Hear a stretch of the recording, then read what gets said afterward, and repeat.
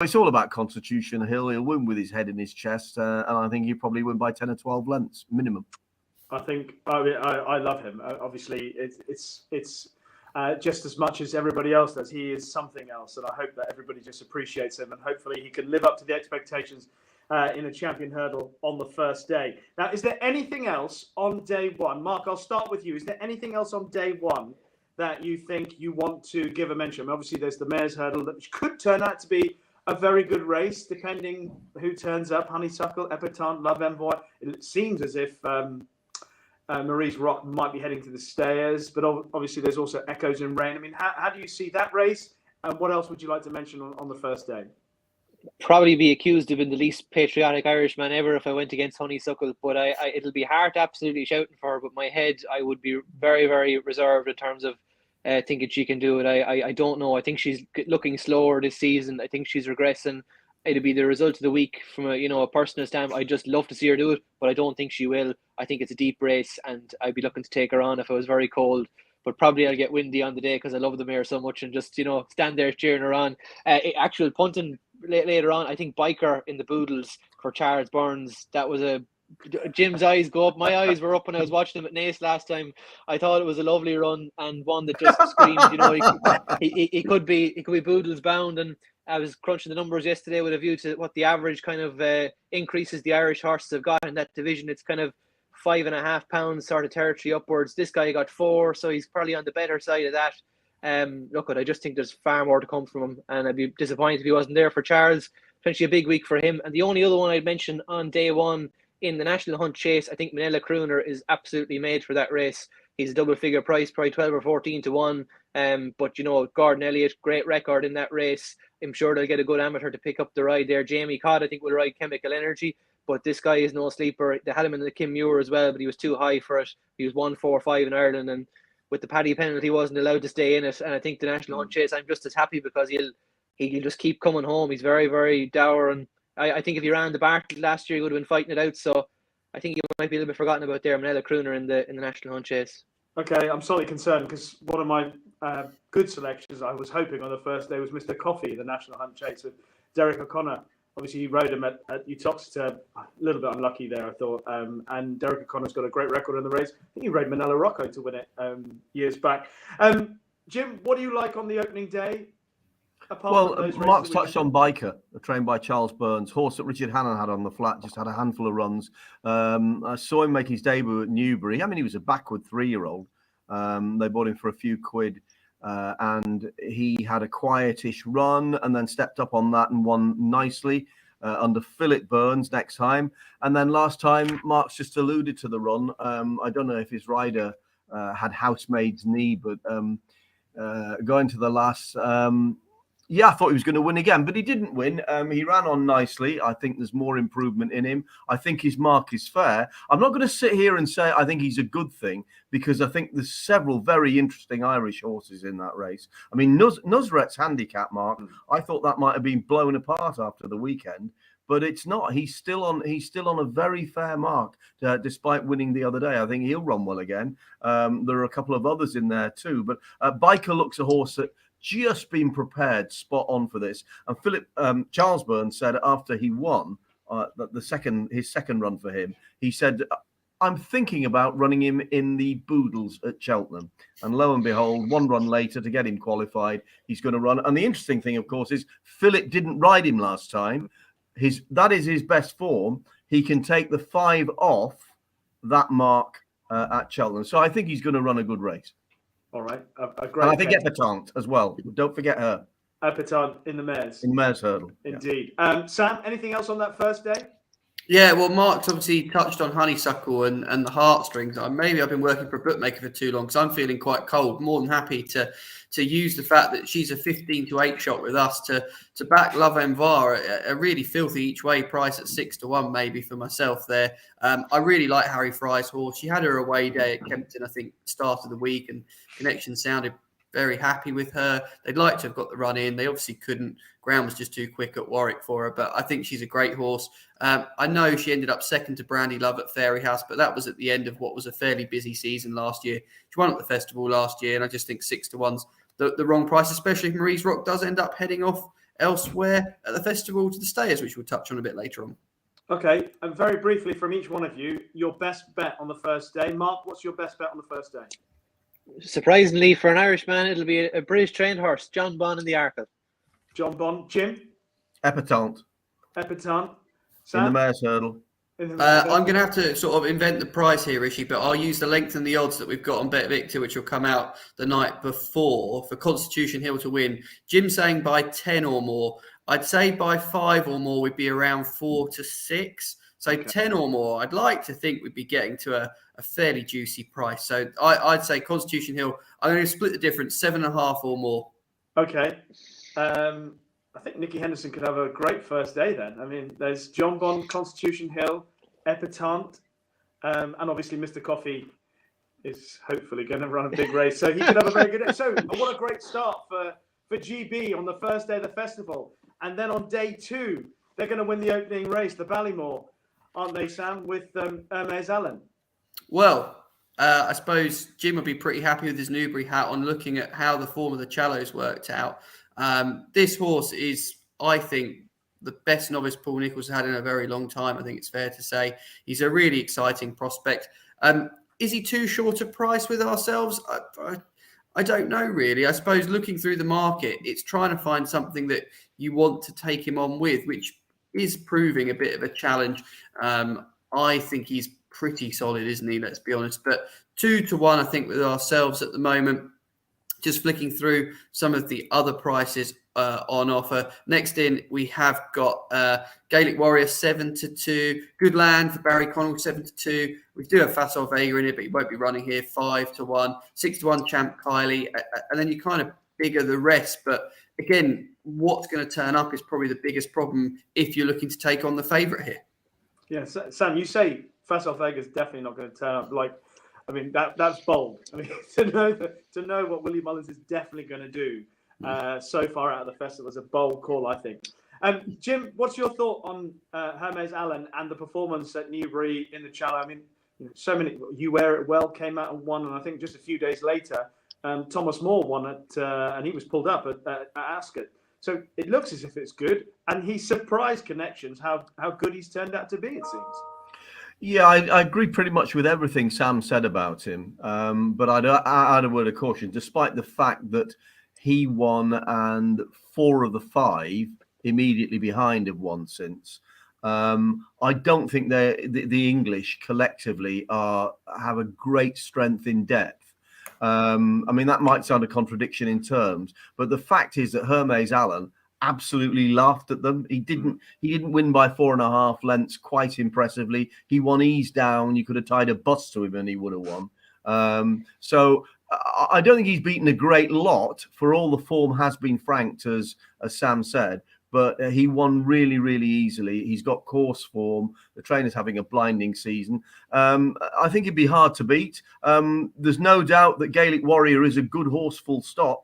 I mean, to win an Irish handicap hurdle like he did, the most valuable 2-mile one of the course season. I think there might be one in the summer that they have that's worth a bit more than that. But it's certainly from October to April, their most valuable handicap hurdle. He won it with top weight. He won it by nearly 4 lengths. It was a mark of 143.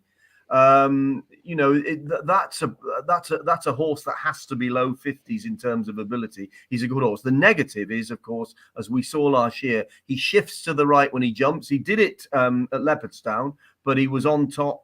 And Leopardstown's an easier track for a jockey to ride a horse like that, I think, than provided you're near the front and out of trouble. It was a big field, in fairness. Whereas at Cheltenham, you're running downhill. There are 3 hurdles in the last 6 furlongs on the course that he'll be running in. It's that little bit harder. But to cut the cackle, Hermes Allen be my first choice. All right. Mark, another one for Britain. You going to join in with us again? Not this time, no. I look at Hermes Allen. It's so funny because the connections that had him here for his point to point, they just talked about him like he was out of this world. And then he works amazing and he's, real flash. And then he gets to Paul Nichols's and he starts off at Stratford because he's showing nothing. It's amazing the way these things pan out. But when he climatised, he was more than up to the task. But I'm not convinced that Willie absolutely has the key to it here. I do think that a Gaelic Warrior, if he was to win this, I'd be trying to find me a docket from the back of the couch for last year's Boodles off 129 and see if someone Someone will spare a thought for me, but I actually think that Barry Connell's horse Good Land is just rock solid. And, Barry, I know, the thing we're saying here where trainers, if he was trained by Willie Mullins, he'd be this price, or if he was trained by Gordon Elliott, he'd be shorter. He would, but Barry Connell hasn't had trained Cheltenham winners. That's more than fair. But I think he's still value at the price. Barry this season has been absolutely knocking it out of the park over here. 30% strike rate. I think he's had 3 runners in grade 1s and won 2 of them. He's got an excellent team around him down there. There's no flies on them. And I think this horse, they know he's a real good one. I just think in terms of, improvement even, he still shapes like he's so dependable. I think he can go there, and a horse like Impere Pass has the ability, I would say, to match Good Land. And Gaelic Warrior probably similar, but Gaelic Warrior, as Jim has touched on with his jump, and I just would struggle to trust it going around here. Whereas this fella Good Land, I just think he's so safe. And Hermes Allen, I don't mean to knock him for the sake of it, but I think the standard of the British novices, this will be a fair sighter as to where we go, because I don't think we're going to get a steer in the Supreme. There isn't the ammunition there. I don't think Tamouris will be seen in the Supreme myself. I don't think he's up to that level. And I just would have doubts over how strong that level is compared to ours. But that's the great thing about this week. We're going to get indications fairly soon. It'll spice up the Bartlett if Hermes Allen does go and do it. But I just think Good Land, he's rock solid. You can really set your watch by him. If he was out of the 3, I'd be gutted. Okay, well, Good Land. And as you say, we'll find out just how good Hermes Allen is and how we will square up against the best of the Irish. So that's the Ballymore. Sam, what's the story with the Brown Advisory? News today that it looks as if Sir Gerhard, more news about Sir Gerhard, looks like he might line up for this. Yeah, it'd be interesting to see if that is the case. Obviously, targets can potentially shift. With ourselves, the market, again, got plenty of horses that have got multiple options, but Jerry Colombe is 7-4, Mighty Potter 3-1, so Gordon Elliott clearly got the stranglehold there. The real whacker next in 4s. Gallard himself 9-2. So Gerhard himself 9-2. Time Hill 5-1. And then a selection of others at bigger prices. Okay. Jim, what do you like here? Jerry Colombe. He's not a flashy horse. He's short enough, really. I think he's a horse that might be slightly bigger come the day. I think, Sam can knock it for 6 if he disagrees with me. But I think with some of these races, Gordon Elliott said early on that Mighty Potter would go for the Turners. There's been doubt about Sir Gerhard, etc., etc. So I think actually pricing them up for the bookmakers, and then you price one up and everybody steams in on it, which means it shortens. I think that maybe not been the easiest, some of the anti-post markets around the novice races. But Jerry Colombe has got no flaws. Will he stay? The triple suit him. That's why I'm so keen on him. He'd be a better horse going 3 miles. I was going to say, has he won 3 miles over hurdles? I think he might have done. Mark, 2.7 anyway, Turles. Yeah. 2.7 anyway. Yeah. Yeah, 2.7. Sorry. Someone's done his homework. Yeah, 2.7. He's not flashy. He had to work hard at Sandown in the end, but he jumps well. No issues about that. And if he's not quite good enough, he'll be thereabouts. That's for sure. All right, Mark, what do you think about this one? And the only thing, so what about the ground for him? For Jerry You've hit that nail in the head for me as well, Rishi, because I think he's the best horse here, but I think you've got 28 chances to try and turn a profit this week. This is one of them that I'm going to be getting too deeply invested in. If you ask me the likeliest winner, I think it's Jerry Colombe, but I think the ground is just slightly concerning. I think Gordon Elliott's on Monday morning of this week, and he was excellent in fairness what he went through his team. And a few points on Jerry, I suppose, that came out of it. He said you could work him with a very ordinary horse or a very classy horse, and he will show exactly the same thing. Because my thought the whole way along with him has been how much talent is there. And I think as they step him up in class, he's still answering the call every time. You like horses like that. I think to look at him, he's like a horse from a different vintage. He's got that lovely old-fashioned way of going. But I would just be concerned. He got a little niggle, I think, or he was a bit sore, possibly after running on decent ground at Thurles last year.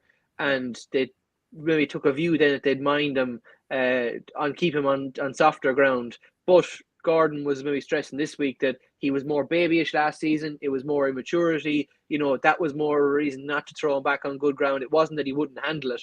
And, it hasn't been like, at Sandown last time. It wasn't. That was, it wasn't a bog, But the only thing I would be strong on here, I can't have Sir Gerhard. I would be very, very against him. I don't like the prep. I don't like all season how 1 minute he's been in the Morgiana hurdle, possibly going there. Then we haven't seen him for a month. Then he's going chasing. He wins at Gorn, and Willie is even mentioning a national hunt chase at some point, I think, when he's never going to be eligible for it. I just think it's been a bit all over the shop with him. And if he wins, it'll be on natural ability, fair enough. But I don't even... The Ballymore last year, how good a race was that? I have my question marks over it. I don't think it'll be him that wins it. But if it fell apart, I think it possibly could. But Jerry is the likeliest winner. If he handles the ground, he wins. It's probably as simple as that.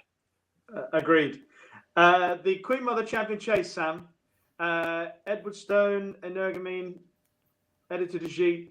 What do you call this? Is for me, I think, possibly the race of the week, and it'll answer a lot of questions, which is the good thing, because for my money, I am a little surprised we've still got Energumene as favourite, 13-8, which I think is one of the bigger prices out there with anyone that's non-runner, no bet. If you want that cover in case he wasn't to show up, that to me, I am a little bit surprised. I didn't quite buy that the run at Cheltenham, where he ended up third last time out, was particularly good. Edwardstone 7-4. I think if Tom Cannon could have that race back again, the rearranged Clarence House, I definitely think he'd have possibly got a bit closer. Alan King obviously mentioned the fact afterwards that he could get him a little bit fitter. I know he had a very minor setback, but I'm not particularly concerned about that. And for me, I am all over Edwardstone at 7-4. Editor de Gite got the better of him that day under a very, very good ride from Niall Houlihan. He's 5-1, Blue Lord 7-1, and then we're bigger the rest.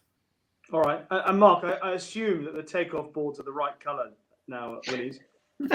I actually heard that they're all white down there now. The Stoop strip basically is it. They've got the painted Dulux out and they've given it a right good go. In fairness, it's as a topic, like when I heard it at first, been flagged here that it could have been a reason for it. I was kind of thinking, Jesus, I don't like going against Willie Mullins. I thought he's absolute genius when it comes to these things, but I did question it inside. But I've spoken to good people about it for different pieces in the last while, and actually did a piece with Henrietta Knight, just from a point of view of someone who had massive experience in terms of schooling, and she reckons that provided a horse sees it once at home beforehand, it'll be absolutely fine. And I've heard over here that we've had Gordon Elliott getting white fences. I think Gavin Cromwell might have some white obstacles. Willie has white obstacles. So that I'd imagine it's a safety net rather than being something that everybody is viewing as a serious thing. But I suppose the big thing would be if you went to the first in a Supreme, your plan is to be up in the first 2 or 3. You see a white hurdle and you go, whoa, lose 4 lengths and straight away the plan changes. So I suppose it's just trainers trying to tick that box to make sure there's no stone left unturned. But I just thought he was disappointing. I didn't think he fired. I think this will come down to ground again, not to sound boring, but if the ground was easy, I think an Energumene will win, and if it isn't, I don't think he's as effective. Edwardstone, I think he's very versatile in that sense. I think he should have won the last day, whereas an Energumene, the champion chase last year, I almost think if Sheehan Persad had stayed in his feet, he might have given him a rattle. And Sheehan Persad, look at the wheels have come off big time. I don't think we saw the best of him when Energumene smashed him up at Punchestown. I just think when you look at Energumene's base of form, soft ground, much better. Albeit he's had a couple of good Punchestown performances thrown in. But do you value end of season entry or Punchestown as strongly as Cheltenham? No. I just think Edwardstone is very, very dependable. You can count on him to run his race, and it will take an Energumene run above himself to do it. Can an Energumene run above himself when it isn't soft ground? Question mark. So look, I'd be boring. If it's soft on the day, I'll be back in an Energumene, and if it isn't, I'll be going with Edwardstone. Well, I'd certainly sum it up similarly and say that Edwardstone is the solid selection. You feel like you can rely on him to deliver. How would you view this one, Jim? Pretty much as you've all touched upon. I mean, horses transmit their ability through their legs. They've got 4, we've got 2. It's all about balance and how they react to the surface underfoot. And it is key. Energumene is a monster on really, really bad ground. I wasn't, listen, don't get me wrong, I thought he'd win last time, and he didn't. And it was obviously a below par effort. But overall, he's got an unbelievable record, this horse. I think, we're talking about Edwardstone's rock solid this and rock solid that. He is to an extent over fences, or maybe more reliable than he was over hurdles. But he is a very free-going horse who needs a certain type of race, and he's probably going to get it at Cheltenham. He got it in the Arkle last year, and he's probably going to get it again. I can see the point where maybe he should have won last time. But we're talking about the champion chase. Editors de Gite and Gentle de Me in my opinion, are likely to cut one of those throats. The tearaway type of front runners. There's a couple of them. Blue Lord was a bit flat last year in the Arkle. I thought maybe he'd bounce back this season with 3 wins in a row, but couldn't really find excuses for the defeat last time. So in the end, not knowing the ground, I wouldn't play in this race. I'd sit and wait. But as Marcus said, if it came up soft, I'd be lumping on Energumene. Okay. If it came up quick ground, I'm going to have £2.50 each way on Nuba Negra to get placed. Excellent record at Cheltenham. Actually placed over hurdles at the festival. Obviously, he's won the Schlur a couple of times and was second, unlucky second, in the Queen Mother Champion Chase. Have you found a bookmaker that's going to take 250? We'll take Rishi's 250, Jim. Don't worry about that. Yay! What's going on here? What, both of you having a go at me? This is awful. Oh, Jamie Snowden's joined us. Jamie, thank you for jumping in. And just at the moment where everyone else was having a go at me for having a £2.50 each way bet on Nuba Negra in the Queen Mother Champion Chase. How long can you spare us? Hi, Rishi. Listen, we got probably 5 minutes. I'm just in here at Boodles, where they're doing a Cheltenham preview evening down in London. So I'm here with Ruby and Mike Wainwright of Boodles and Ultima and Max McNeil and what have you. So we got about 5 minutes here. All right. Well, with that 5 minutes in mind, talk us through your potential runners at the festival. So Colonel Harry, That's All Right, Gino, You Wear It Well, and obviously, what are you going to do with Garlaw? The $1 million question. So obviously, the Cheltenham Gold Cup is obviously sponsored by Boodles, and one of the owners of Garlaw has a leg of one of the legs of Garlaw is a chairman of Boodles. So Mike is very keen to go down the Cheltenham Gold Cup route, but I'm going to kick the can down the road a little bit further and see what it all looks like on the Tuesday at declaration time. Okay, fingers crossed that it goes the right way, whatever. Colonel Harry, actually, he's got a pretty good record over hurdles. Was fourth to Tamiris at the Tolworth, but we were lamenting the strength and depth of the British novices in comparison to the Irish. What are you going to do with Colonel Harry? So he's actually going to go to Kelso for a Grade 2 on Saturday, actually. So we're going to skip the Supreme Novices. He'll go to Kelso. He's a very good horse. He's won a couple of novice hurdles. He was obviously only fourth in the Tolworth, but he jumped slightly out to his left that day. He was only beaten, I think, 4 lengths in total, but he did go left. So I'm rather hoping we can sort of go well at Kelso and then perhaps think about Aintree going forwards. All right. That's all right, Gino. In obviously the Arkle, the Turners, and the Plate on Thursday. The Plate? Yeah, he's definitely going to go for the Plate. We've campaigned him mainly over 2 miles this year, and he's been pretty progressive. We stepped him up to 2.4, and he chased home Stage Star on trials day at Cheltenham. I think Stage Star goes for the Turners, so that was a pretty decent effort. He was rated 141 after that, and we were very keen to keep that racing and go for the Plate. Quite fancied him off that. I ran him in the down at Kempton in the Pendle the other day, going right-handed on a flat track, knowing that it wouldn't necessarily suit him, thinking I could go and pick up a bit of prize money and finish third or fourth and keep our rating off 141 and have a right chance here in the Plate. But unfortunately, he ran a belter, finished second. Sorry, the handicapper put him up £4 for our sins, but slightly backfired. But I do think he's a far better horse on a left-handed track, and he acts well on an undulating track too. So hopefully we can defy that £4 rise and go well in the Plate. Okay, fingers crossed for him. And You Wear It Well. She got close. Well, not close. She got closer than anything else to Hermes Allen, the Challo. Obviously, then came out at Sandown. I'm guessing the Mare's Novices hurdle for her. Yeah, she'll go for the Mare's Novice back over 2 miles. Followed the same route as Love Envoy. She won the Grade 2 at Jane Seymour at Sandown last time out. Obviously, Love Envoy won that last year and then went for the Mare's Novice. So we'll follow the same route. She's been a really progressive mare. She's won 3 races over hurdles this year from 4 starts. As you say, the time that she was beaten, she was second to Hermes Allen, who I think will win the Ballymore myself. She's a very, very good mare, and hopefully she can. She's got every chance. She's got probably I would say arguably the best hurdles form this side of the mare's hurdle form this side of the RSG. So fingers crossed. Obviously Lucia's favourite, but I would say arguably we've got better form than her over hurdles.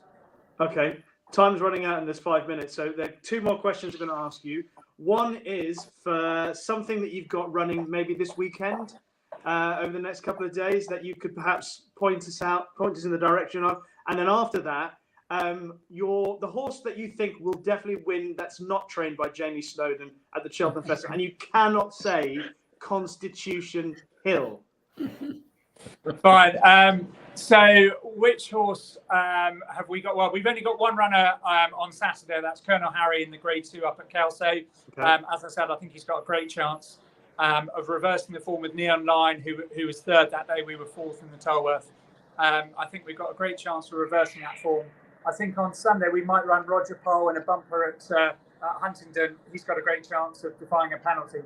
As for one horse that will win at the Cheltenham Festival that's not trained by Jamie Snowden, that is not Constitution Hill, I was very impressed with Sheehan the other day. I thought he's a certainty in the Ryanair. All right, Jamie, thank you very much. I think the 5 minutes is up. Back to Boodles, champagne, and enjoy yourself. Thanks, guys. Cheers. Take care. Thanks a lot to Jamie Stowe for joining. And another one for Nicky Henderson. Nicky Henderson's going to end up being the leading trainer at the festival at this rate. Okay, so we are tying up what we're talking about on day 2. So shall we ask everyone what's your anything else you want to mention and what your banker bet is for day 2? Mark, I'll start with you. Yeah, my banker is the only one to mention. Otherwise, I like Gavin in the cross country. It was a funny one because a couple of weeks ago, I gave Gordon Elliott a call for a story because I heard he might be going that direction. And I said to him, is he heading for the cross country? And I wouldn't say he would have bowled you away with confidence now. He was, at the moment, that's the way we're looking. He's been trained for that. Look, day by day, we'll see, whatever. And then we were up there Monday morning and it just felt a different vibe around the horse entirely. He'd gone to Cheltenham last week and schooled over the cross-country fences, and Jamie Codd sat in him and apparently was absolutely delighted with him, and Gordon was much, much more positive. And I just think we come back to the ground again. Delta work last year. I think the jacket I wore to Cheltenham that day is still wet sitting in the cupboard. It was an absolute monsoon. We're not going to have that this year. I'm not saying that dependent in terms of ground, but it definitely brings things in his flavour. Whereas Gavin, you absolutely know he's going to be fine on decent ground. So he started off kind of from nearly a summer type background, I suppose. He's won at Cheltenham before. Okay, you're going to say he doesn't have the experience around there, but Delta Work didn't have the experience going there last year either. And I just think the prices, they're gradually coming together. But when he was 4-1 and, nearly odds on Delta Work, I thought that was wrong. I think it's like 5-2 Delta Work now. I think that's coming into more like what it should be. But it's a straight shootout between the two of them in my book. And I just think in terms of conditions, Gavin is going to have an awful lot in his favour. Looking forward to seeing how he gets on the cross country. All right, lovely. Jim, what else do you want to see happen on the Wednesday? I'm not wild about anything on the second day. I think I've got a stronger day on the Thursday from a punting perspective. But Hermes Allen would be my selection if I had one horse to back on the second day. Okay, Sam, what about you? Well, it's strange, isn't it? This year the bumper seems to be devoid of a lot of interest. Usually it's one of these preview nights, all we hear is endless chat about the bumper, and Willie Mullins looks to have a strong hand in it. But I do think John Kiley's A Dream to Share is a really, really interesting runner here. I was pretty impressed with his effort at Leopardstown in the Dublin Racing Festival. And I think, obviously, since then he's been acquired, hasn't he, by Mr. McManus? And I think he's the one really that I want to be with in the bumper at 4-1. I think he's got some of the best form on show, and I think he's going to go well at a nice price. All right. I'm going to mention Unexpected Party in the Grand Annual. 2 miles over fences, perhaps hasn't shown us everything that he's capable of yet this season. Hopefully he'll do so come the Cheltenham Festival. And a sentimental selection. I think we're allowed a little sentiment at the Cheltenham Festival. Queen's Gamble to run a big race in the bumper. I know she got beaten at Market Raisin last time, but she's 2 from 2 at Cheltenham. She's obviously going to get the £7 allowance. So I'm hoping she runs a very good race for Oliver Show, and he still believes that she is high class. Okay, we'll press on. Day 3.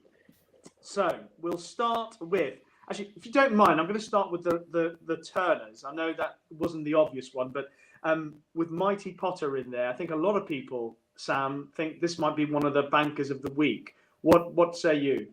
Yeah, no, I think in more recent times he's been sort of becoming a staple of people's multiples. He's still odds against 5-4 with ourselves.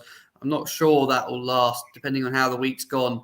I think we might be struggling to take him on the opening race of day 3. The betting is a little bit mixed up in here because of the fact we've got so many runners that have the option of this race, but probably won't end up here. El Fabiolo's 2-1. Non-runner no bet, obviously. Banbridge 7-2, Appreciate It 4-1. So Gerhard 6-1. Sounds like he's going elsewhere. So trying to find something that's going to actually go against him is the initial part of the challenge. But Mighty Potter for me, I've been very impressed with him. I think he really is a stamp of a horse and everything you'd look for in a chaser. Yeah, I love the way he goes through his races, Jim. There's a certain authority which he's dominated a lot of his fields, and I love the confidence he's ridden with. Yeah, he's had a flawless prep. Looks a really good horse. He did bomb out at the festival last year.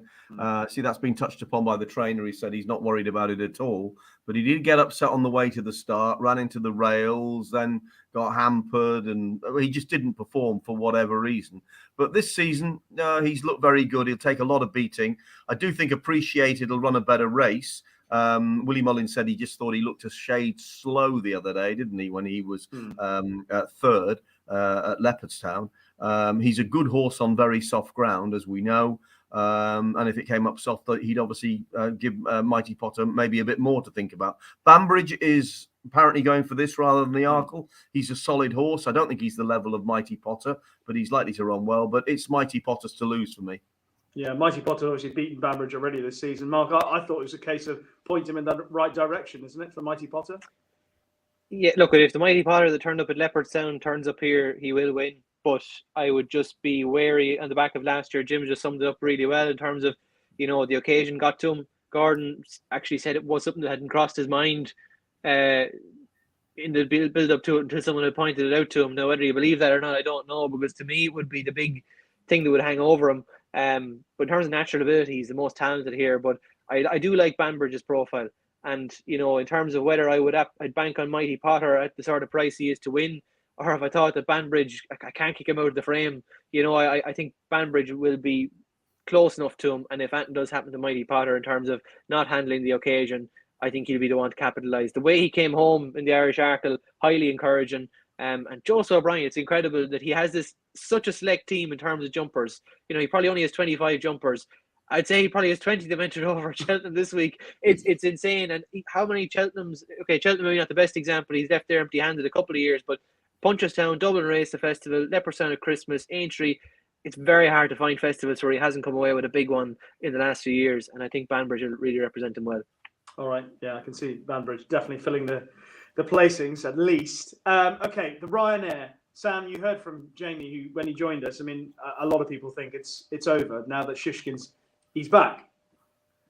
Yeah, and you know what, Rishi, when you look at these festival days from a bookmaking perspective, we always try and pick out which is the day of pain, and it's been traditionally the Tuesday. Looking at it on paper, hasn't it? You think back to it, but I think this Thursday has a horrible shape to it for bookmakers. Sheehan 4-5 with ourselves at the moment.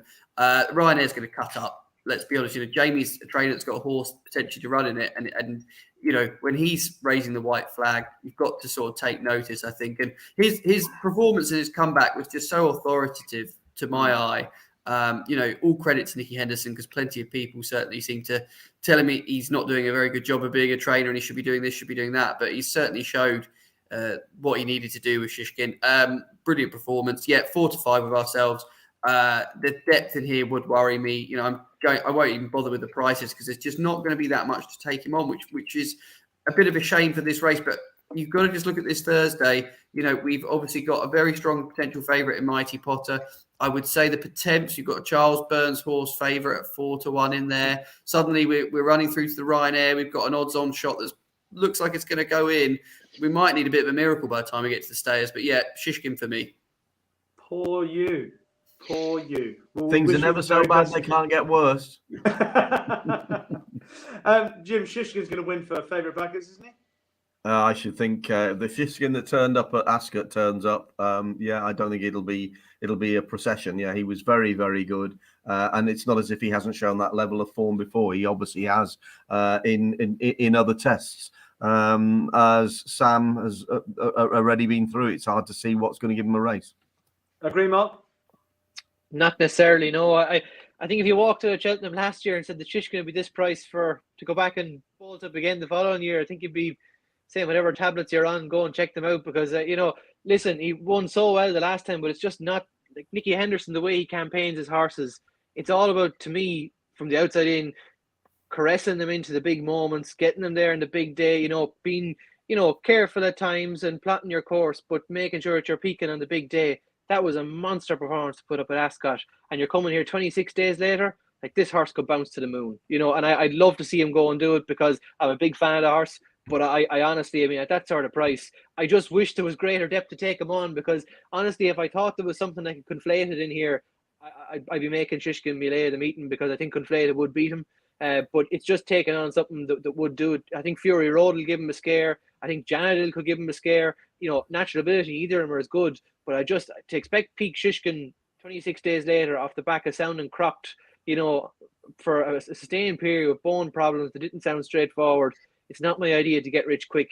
The one I'll back each way is French Dynamite, 14 to 1, 12 to 1. One thing I say about Mouse Morris horses when they go to Cheltenham, maybe they're not up to the task sometimes, but they absolutely run above themselves. He has an ability to get them there and to peak on the day. This guy, he's knocking on the door, real good races.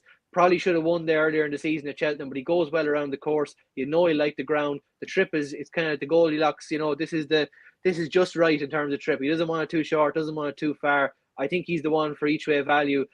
Sheehan wins, fair play to him, but I just think there's so much. This is a real dangerous one if you're looking to go and get your fingers burnt. Oh, come on, Jim and Sam, right? You trust Nicky Henderson to know that Sheehan won't bounce to the moon? No, I'm waiting for Mark to ring Sam after this broadcast to take half his book. Yeah, well, we can hope, Jim, because I tell you what, Mark, I know you're good with the song, but I think you'd be busking outside Cheltenham for your airfare home if you're going to make Sheehan your lay of the meeting. Good job you're good with the guitar. If Conflated was in it, he'd be my lay of the meeting. He's not in it, unfortunately. Well, he won't go there, but look at I'm not trying to be that deliberately against Sheehan because I do like the horse, but I just think if you're going to think what's the big good thing at that sort of price, it's not that one for me this week. That's probably the better way of putting it rather than lay of the week because if there was a better opposition in there. I don't trust Blue Lord. I wouldn't trust him, in terms of what he'll find under pressure. He shows flashes of it, but I'm convinced there's a hole in him somewhere. I just love to have more running for me to take him on, but we'll find out. Nicky Henderson to do the moonwalk with Sheehan in the Ryanair. One of the races of the week for me now, the way it's shaping up, is the stairs hurdle, Sam. There are a number of contenders that have a fair shout. How do you see it, and what's the market saying? Yeah, this has always been a bit of a favourite race of mine, which people think I'm a bit strange, but I kind of grew up enjoying watching big bucks just turn up and beat whoever the new kid was, and you just back him and you'd probably get even money. But this year we've got a very competitive betting heat. Blazing Carl 9 to 4, Tiapu for Gordon Elliott 7-2. I must say I really like and be my fancy in the race. Might fancy it just to rain a bit more beforehand. That would be probably enhance his chances. Marie's Rock, a fascinating contender. I get the sneaky feeling Nicky Henderson sounds like connections are thinking of sending her here. She's 4 to 1. Could be deadly getting that allowance off the geldings. Home by the Lee, who perhaps is a bit unfashionable, but I don't really know why he's not been a shorter price for this. He's 5 to 1. And Flooring Porter, who we all know how good he is in this race, he's 6 to 1. I like the shape of this race. Mark, I'm going to start with you here because I like Marie's Rock, another for Nicky Henderson. If she goes for the race, I think she could be lethal over this distance. Who's the best of the Irish? Well, just you sound like the guy from Nicky Henderson's a few years ago that made that accumulator, went off training in America afterwards. We won't see you again, Rishi. This will be game over. I won't Nicky be training. with all yours. Trust me, I won't be training. You'll have more sense than that, but I actually think Flooring Porter is still the one, and there's not many people over here that seem to think it, but maybe I'm a bit of an old cynic here, but in terms of setback with this horse, the first 2 years he went to Cheltenham, so the first year he was still a little bit of a gimmick in some people's eyes because he'd been rated 90 only a few months earlier and come from real obscurity, and there wasn't really a target on his back. And even last year, it was all about Classical Dream and Florian Porter. Classical Dream misses the start, and Florian Porter again gets his own way.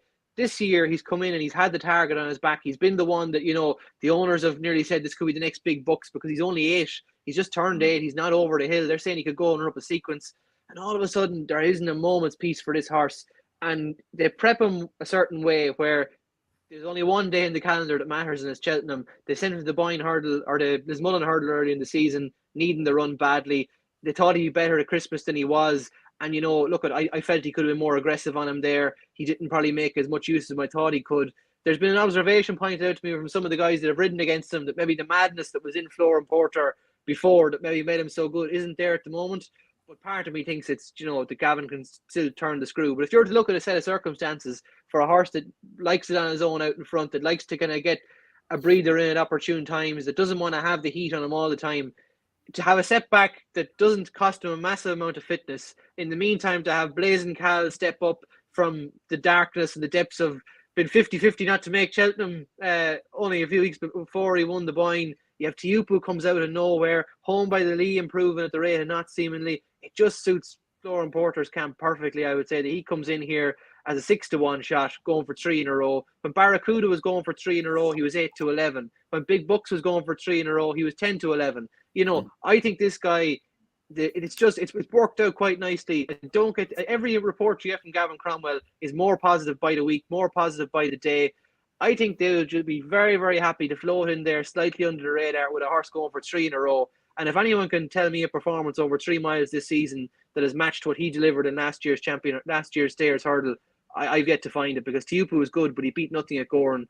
And, in terms of 3 mile ability, I still think he's the one to beat. He shouldn't be over the hill at 8. I just hope to God he's looking a bit mad on the way to post, because if he's going down like a lamb, I'll be starting to sweat more than I'd say any of them like Danny Mullins, because I would love this horse to be pulling the arms out of him. I'll keep the faith with Florian Porter. I think dual champion going for 3 in a row, you're certainly getting the value. And Gavin Cromwell, he will have him tuned. I think Mark likes Florian Porter, Jim. Funny enough, it's the race. It's a race where I think I've got the best chance of finding a winner. I really like Marie's Rock. I think it's no surprise she's running the race.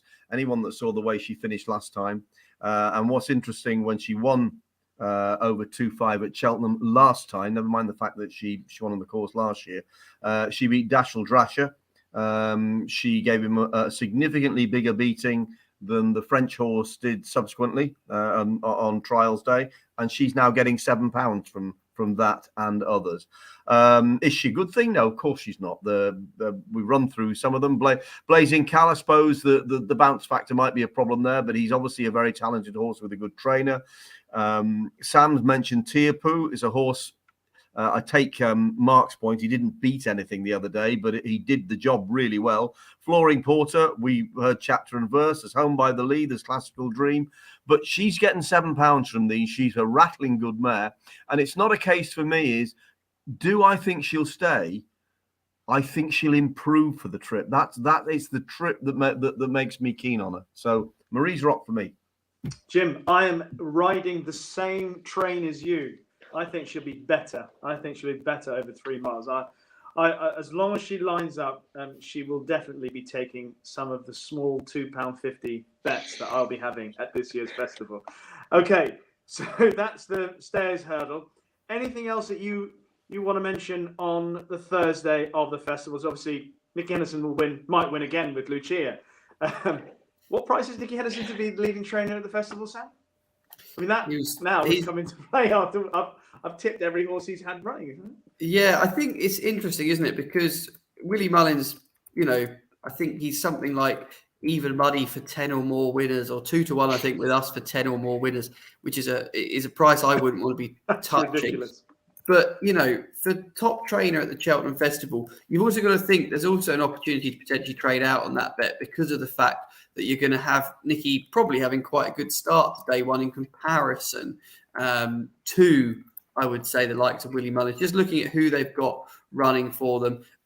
Top jockey we've got up there, top trainer, I'll just dig out the price for you now. But I think Nicky Henderson, he's going to be about a 7-1 shot looking at this, because Willie's something like 1-6, 1-7 on. I tell you what, Rishi, I've heard worse bets. You might want to put that up as your charity bet at the end of the evening. Done. You've made my life very easy. Wait till we go through the rest of this day. Mark, anything else on the Thursday and your best bet on the Thursday? In terms of other ones, So Scottish, she's totally obvious at the price, but it just has all the hallmarks of an Mullins real good chance in a handicap that runs in the plate. And as far as the best bet goes, Flooring Porter on the stairs. Let's have a rattle. All right, rattling with Flooring Porter. Jim? The only other one, I mean, I could not do this and not mention Lucia. I know she's obvious. She's probably short. And Jamie Snowden did make a point that in terms of pure form, his mare is arguably in front of her in terms of what's been done on the track. And then in between that mare and Lucia are a whole handful of Irish horses that have won races and are promising mares. But there's something about the way Lucia's won both the hurdle races, never mind her bumper form. She's looked different gravy in both of them. I think the general point about the standard of the English novices still applies, at the level in Ireland for the last 2 or 3 seasons has been better than over here. But I think she's a really good filly. And the fact that, he was even thinking about running her in the Supreme, which he's done before with the filly. Yeah. Says volumes for the way he thinks of her, but he's right. Go for this, go for against your own sex. And if she's in top form and has just stepped forward a little bit from last time, she'd be hard to beat. Okay. Sam? Well, if Hermes Allen wins the Ballymore, You Wear It Well will not be 8-1, which she is with ourselves, joint top price out there. So I'll fly the flag for BetVictor ambassador Jamie Snowden and suggest that he'll get another Cheltenham Festival winner, hopefully with his mare. And it'd be nice to see the screw turn a little bit in that race in terms of coming back to back-to-back UK winners of it, with last year's winner obviously going to hopefully win the Mayor's Hurdle this year for my pocket. All right. Nicky Henderson's got, I think, about half a dozen in the Thames final. I think some people are saying he thinks Steeler March might be his best. That's running in the colours of the King. I still like Captain Morgs. I know the form wasn't that great for his Cheltenham win, but he had the cheek pieces on for the first time and he looked a different horse to the one that'd been messing about and not putting it all in at the end of the race. And he travelled lovely and he quickened up nicely. He's unexposed over the trip. So Captain Morgs would be the horse that I would put up as an additional bet on the Thursday. So we come to the fourth and final day, Gold Cup day, and we'll start off with the Triumph Hurdle. Sam, what's your thoughts on this, market-wise? Blood Destiny, Lossiemouth? Interesting. Lossiemouth was one of those kind of talking horses. I think we were only as short as something like 25-1 when we first put her into the betting for this, and that was getting snaffled up. Now 13-8 after obviously probably having one of the most horrendous trips that anything's ever had to have round Leopardstown. Got to feel sorry for her. Blood Destiny now 7-4 and was a bit bigger. I think these preview nights are certainly seemingly starting to have that horse's chances talked up. And obviously the horse that beat Lossiemouth, Gala Mancru, has definitely been sort of left alone a little bit, 9-2. And then we're bigger the rest. Comfort Zone, who's been over to the UK a couple of times, 10-1. UK horses in this, sadly, playing for about 5th, I think. Okay. Mark, who is going to win it for Ireland? Lossiemouth, I think, is the one still. Although I have to say, as Sam has pointed out, the talk on the circuit over here in terms of previews is that there's a belief in Close Sutton that Blood Destiny is the one. There's even been talk that Paul Townend could ride Blood Destiny. I would just struggle to see it myself personally. I think Lossiemouth, if she went and won as she should have the last day with a clear passage, she'd be odds on for this. And I don't think Blood Destiny will be the price he is. Even looking at Blood Destiny or Lossiemouth's form, first start for Willie at Fairyhouse, she has Comfort Zone and Common Practice 6 odd lengths behind, well beaten. And even you go to Leopardstown at Christmas, she has Nuzrat 16.5 lengths behind, and both of those have shown that they're very capable animals in their own right. I think she's the most talented of them all, and I'd be very disappointed if Lossiemouth isn't the best of them. While still thinking that of them, I nearly have Gala Marceau slightly ahead of Blood Destiny and what they've achieved so far. She pulls very hard. If she gave herself half a chance, she'd be much better, but just think Lossiemouth should have won, and if she did, she'd be odds on for this. Jim, one of those occasions for Lossiemouth where her reputation, I thought, was enhanced in defeat. Well, yes, enhanced maybe a strong. She had a favourites chance going into the race. It didn't work out for her. It was interesting. The trainer was a bit annoyed with the jockey afterwards, wasn't he? He did say he thought she had not a hard race, but harder than perhaps she should have done in the circumstances. Obviously, a very good filly. Blood Destiny can't be far behind her in terms of form. He'd Nusret 18 and a half lengths behind him when he won last time. He's been cast in calmer waters so far than Lossiemouth and others, but I've been really impressed with him. I mean, it's not a race I'll have a bet in. I don't think there's much value. The ones at the top of the market are well advertised. They look the ones to be with. It should be a cracking race, and it wouldn't surprise me if the Irish had the first 6 home. At least. Well, maybe more. Yes. The Albert Bartlett, Sam, Emmett Mullins, Corbett Cross, game over. Yeah, 7-2 with ourselves. Next in, Embassy Gardens 4-1. Hermes Allen won't go here 6-1. 3 card Bragg 7-1 for Gordon. Absolute Notions then for Gordon 8-1, and then bigger the rest. Interesting. I do really like this race, but I do think it can be quite rough, can't it? I always think the trend came away a little bit from wanting horses of experience, but I think that seems to still, in my head, want to be what I want to be back in. And Corbett's Cross certainly ticks that box, having been plenty busy enough for Emmett Mullins in those Poolburn colours that we've come to fear a little bit. Obviously had just the one run for Emmett, winning at Navan, but certainly looks the type that I think this race is made for. All right. Mark, is this one that people are talking about as a good thing? Corbett's Cross? Well, I was at Naas last weekend and I saw this horse, and I didn't think he would win. I thought the horse of Gordon Elliott's that was second, found a 50, was up there with one of the nicest. I'd say going there, I thought it was the nicest novice in Ireland that wasn't going to Cheltenham, because I have a lot of faith in found a 50. But the way Corbett's Cross, to think that he was so good over 3 miles on soft to heavy before, to go to a mile 7.5 on what was quite decent ground last weekend and travel like he did, I think he must be very, very above average. And the way I'd approach this race is if he runs, I think he's 7-2 at the minute. You say, Sam, no bet. He'll be 7-4, I think, if he does line up here. But the thing is, Paul Byrne had spoken to Emmett afterwards and suggested he could be supplemented to go somewhere else. So that gives a different shape to the race. So to me, I think he's the best horse here.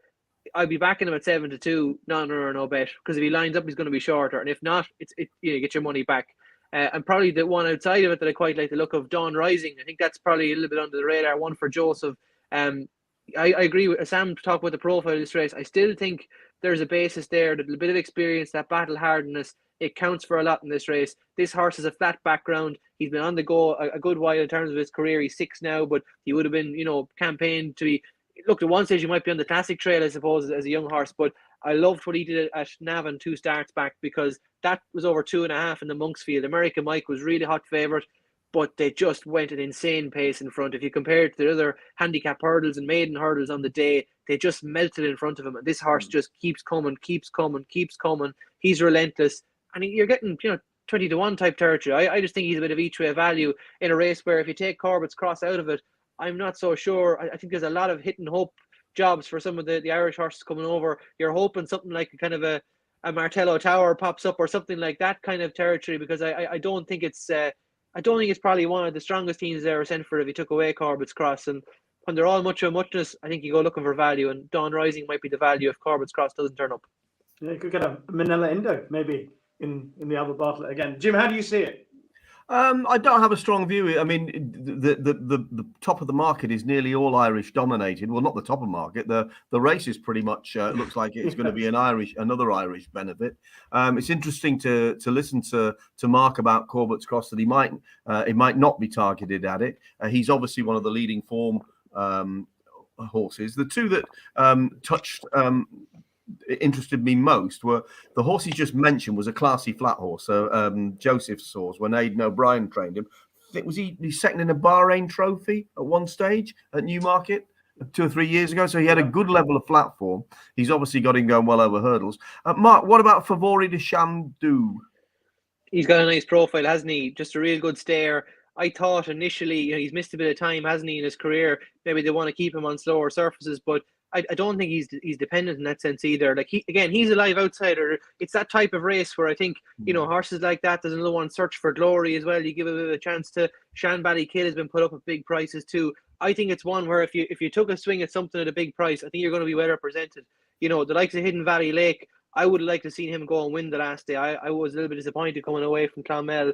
And, Henry obviously has a very good record, and coming from there to here with his horses, we've seen, as you said, Manila Indo.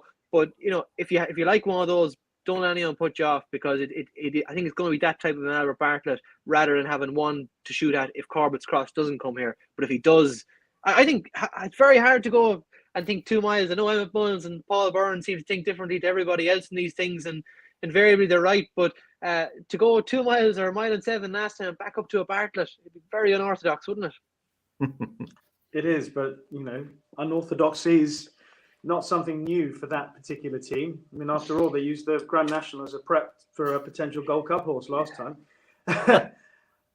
Let's talk about the Gold Cup now. Let's move on and talk about the big race. And it has.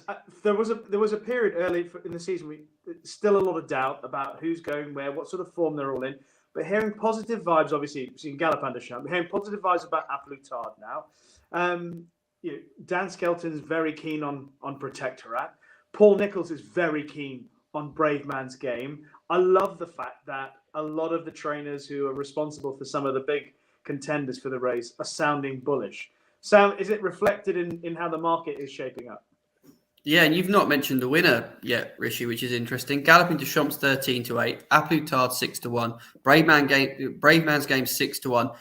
Noble Yates 6-1 for me is where my money, heart, and everything else lies. I thought his run at Cheltenham the last day was fine. I really did think it wasn't anything to be too concerned by. I think some people wanted to see him absolutely sluice up, which I just don't think he was ever going to do, especially if they're going to try and do something that's not been done for, well, we've got to go back, haven't we, Golden Miller, to try and do the double. 6-1, that's where my heart lies. Shishkin won't run here, but he's 8-1. Would be fascinating if they rolled the dice. And then we're into double figures for everything else in here. Hewitt's a great story, 20-1.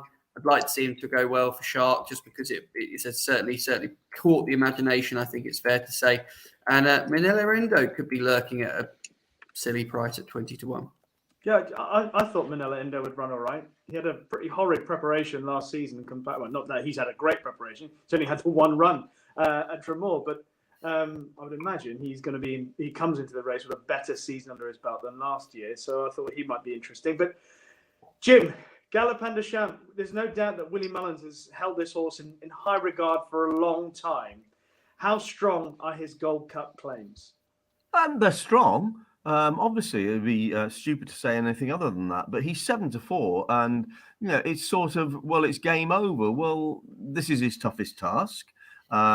He has shown a lot of potential, and he may well be up to it. But it is, by some way, his toughest task, and it's purely from a price point of view that I want to oppose him. I'm not saying necessarily he won't win. I don't think stamina's an issue.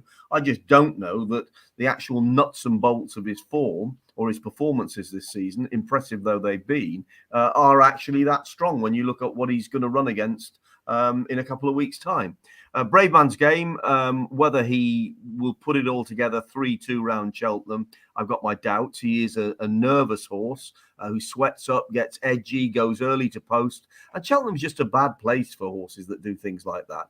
I mean, even at Wetherby, where there were 2,000 or 3,000 people there in at the beginning of November. I mean, he was in a blue funk before the race, so I'd be worried about him. He's been good though this season in the 2 races he's run.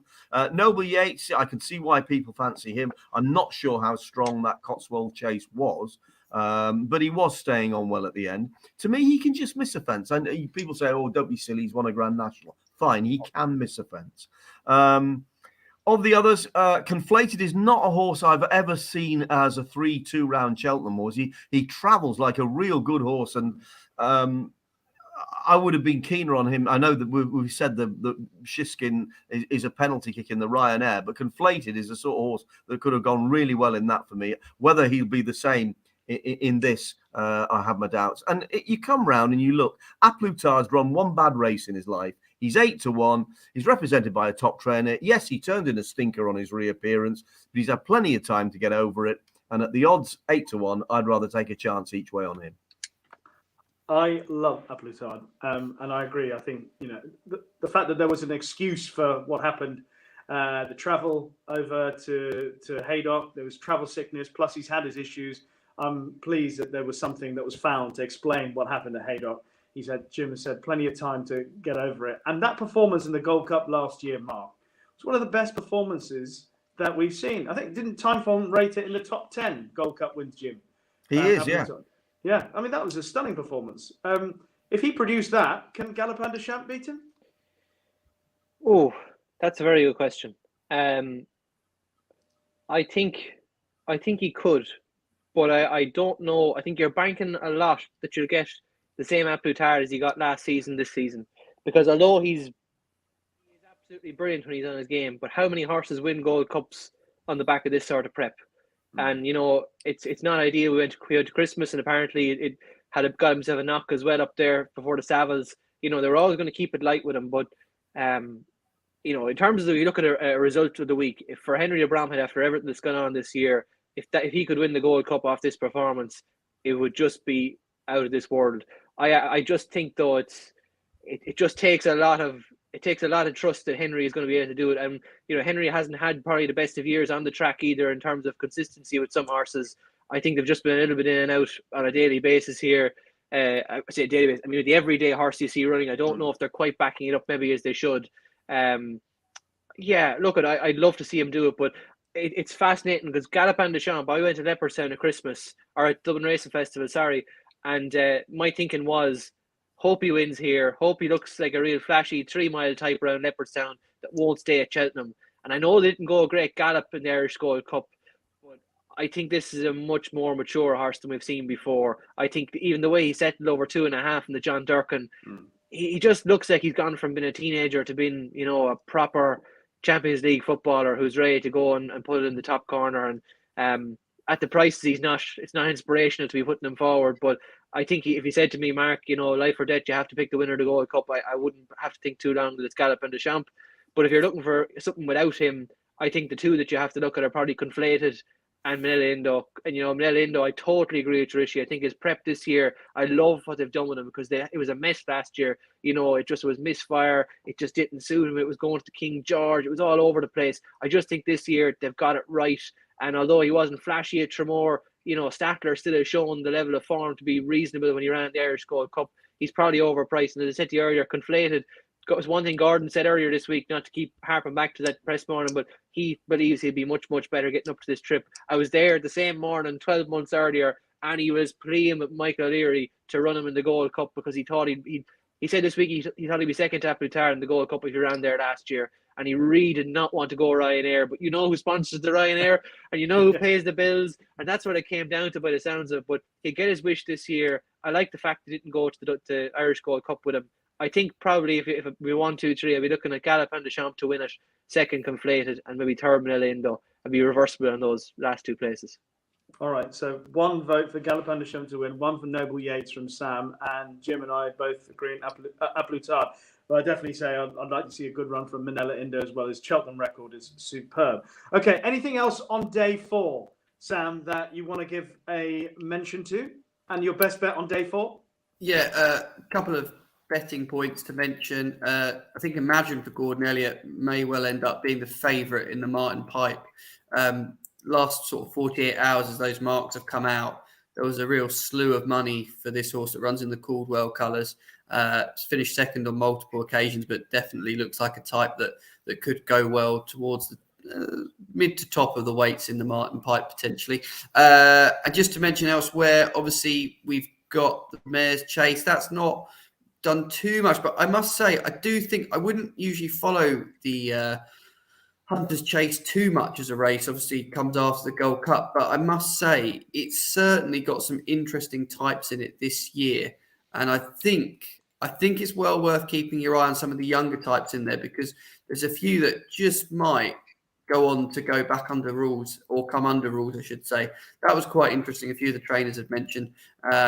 Other than that, I just think it's a great week, isn't it? And just want to wish everyone the best of luck. My best bet, I'm going to stick with Noble Yates in the Gold Cup, 6-1.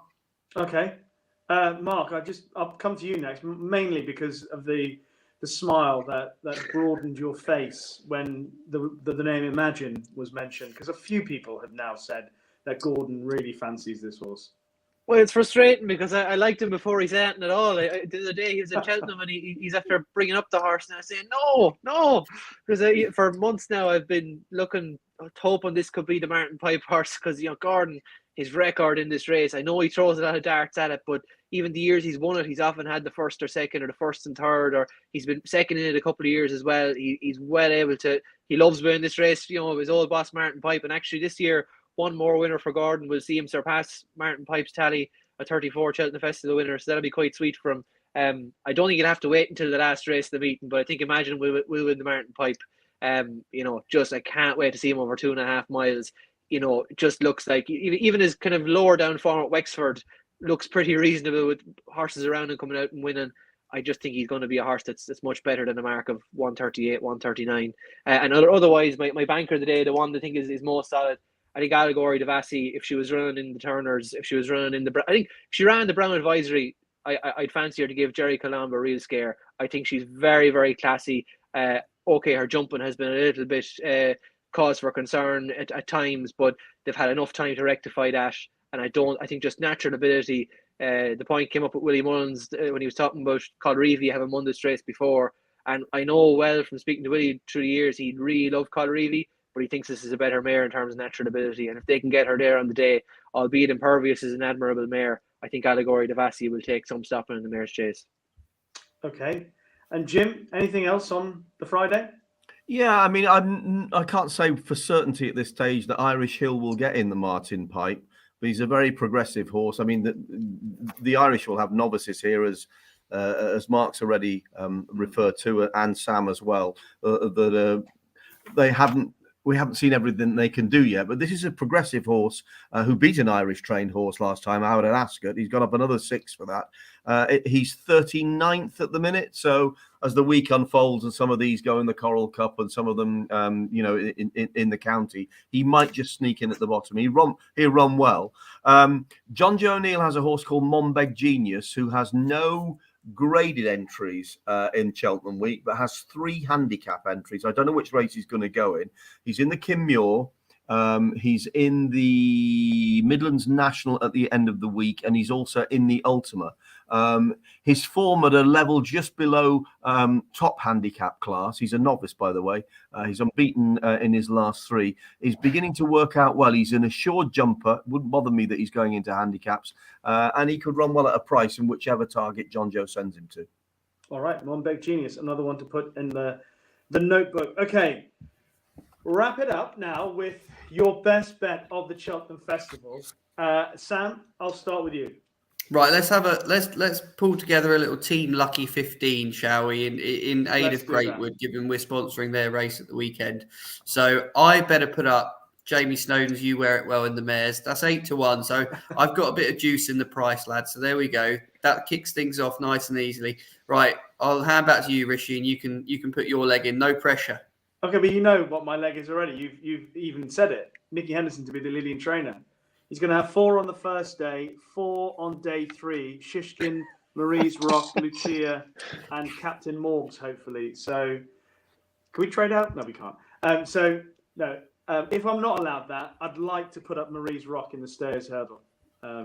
Fine. She would be the equine best bet of the meeting. Mark. Oh, I'd love to. I'm not as brave as Sam at 8-1. The fact he's taking the hit for us all there in terms of price, I'll go Allegory Devassi. I think she's around 6-4. But come on, Sam, will you give us a little bit of a squeeze there? Any enhanced to help us out? We might give you a squeeze, Mark. I don't know if we can do it for the whole market. Thanks very much. You're too good. And Jim. Well, I would have gone for Marie's Rock, but I got to find another one now. You stinker. Oh, sorry, Jim. Anyway, we'll go for another Henderson one. Epatante in the mare's hurdle. Okay, Epatante in the mare's hurdle. 72. 72. Okay, you happy with those, Sam? Well, yeah, we're gonna hopefully try and find some winners for charity. So that's always the main thing. And as ever, I hope everyone really enjoys the festival. Big thank you for Newbury and their support on this evening. Jim, Rishi, and Mark, brilliant guests. Great to have loads of fantastic chat. And as ever, we encourage people to gamble responsibly through the festival. Just because it's Cheltenham, don't get carried away with it. Don't have to bet in every race. Just enjoy it for what it is, which is a fantastic 4 days of sport. Well said, Sam. Certainly agree with those sentiments. Thank you very much for having us. Mark, thank you for stepping in from Ireland with your knowledge. It's been wonderful. I'm looking forward. You're going to be at Cheltenham, I'm assuming. I'm looking forward to seeing you after the Ryanair on Thursday in particular. You'd be glad to know I'm over there Monday to Wednesday, so I'll be home Wednesday night. Thursday, I won't get to see you, but listen, you'll be thinking of me anyway, and I'll be thinking of you if it goes the other way. But you have your arm around Nicky Henderson on the podium when he's collecting the top trainer trophy. I'll see you on the cameras anyway. But no, look, pleasure. Really enjoyed it, and grand to step in. Really enjoyed it. I'm going to get Nicky Henderson just the one glove for when he does his moonwalk, and he's doing them. So there we are. It's going to be fun. Nicky Henderson moonwalk in the winner's enclosure after the Ryanair. Jim, a final word from you about the Cheltenham Festival, and are you going to be there? You're going to be able to enjoy all 4 days of it? I'm definitely going for 2. I don't think my old body will stand all 4, Rish. And I haven't been invited to the Boodles tent, which it sounded like you were trying to work your way into that earlier on. Yeah, I've got to be honest. I just feel a little bit left out that the invitation never arrived. You can't eat jewellery though, Rishi. That's a very good point, Sam. You can wear it well. You wear it well. So that's why Jamie Snowden's there. Right, gentlemen, thank you very much. Have a great festival. Thank you to everyone who joined in and watched this preview. But to Jim, Mark, and Sam, thank you very much, and look forward to catching up with you all at Cheltenham, if not before. All the best. Thanks, Rishi.